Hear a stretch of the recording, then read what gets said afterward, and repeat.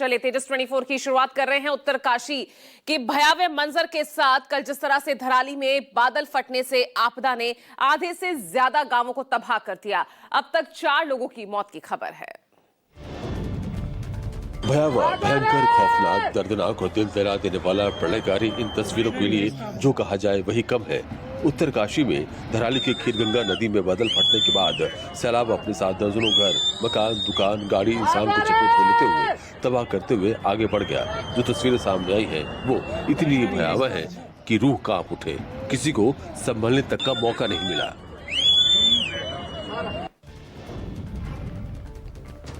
मौसम विभाग ने अगले 24 घंटे भारी बारिश की चेतावनी पहले ही जारी कर दी है और ऐसे में अब मुश्किलें और बढ़ती नजर आ रही है। मैं 34 सेकंड और सब कुछ खत्म। तबाही की तस्वीर हिला देने वाली है। इंसान और घरों के साथ 36 होटल धराली गांव में ऐसा मंजर दिखाई दिया जिसे देखकर हर शख्स कांप गया। कुछ ही सेकंड में गंगोत्री विधानसभा में आने वाला धराली गांव मलबे में ढेर बन गया। बादल फटने के बाद आए सैलाब की रफ्तार इतनी तेज की सब कुछ अपने साथ बहा कर ले गया।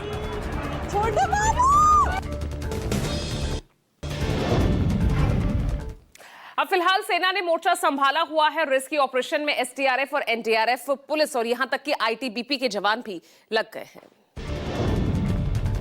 धराली में जहां सैलाब आया वहां सिर्फ होटल, गेस्ट हाउस और लोगों के घर ही नहीं थे, बल्कि गंगोत्री जाने वाले रास्ते पर एक मुख्य बाजार था जो लोगों से गुलजार होता था। लेकिन बादल फटने की वजह से अब मलबा जमा है। इसी मलबे में न जाने कितने ही लोग दबे हैं। भारी बारिश के साथ हालात और मुश्किलें बढ़ने के संकेत हैं, तो सेना ने मोर्चा संभाल रखा है। हालांकि मौसम की परेशानियों की वजह से रेस्क्यू ऑपरेशन में दिक्कतें भी आ रही हैं। उत्तराखंड में तबाही की ऐसी तस्वीरें नजर आई जो इससे पहले देवभूमि ने 12 साल पहले यानी साल 2013 में केदारनाथ में आई त्रासदी के दौरान देखी थी। बादल फटने के बाद सैलाब में पत्थर, काफी मिट्टी, मलबा खीरगंगा के साथ आया, जिसे लोगों के चीखने की आवाज और मदद की गुहार की इन तस्वीरों से समझा जा सकता है।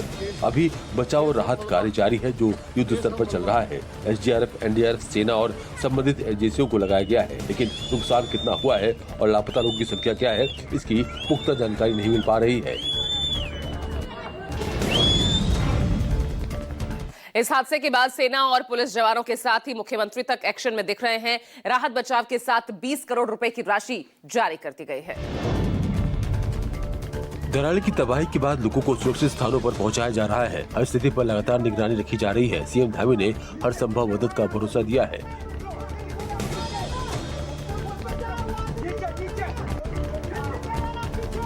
पीएम मोदी, गृह मंत्री शाह और रक्षा मंत्री राजनाथ सिंह ने भी हर संभव मदद का भरोसा दिया है। वहीं सीएम धामी ने आंध्र प्रदेश का दौरा छोड़ तुरंत देहरादून लौटने का फैसला लिया है।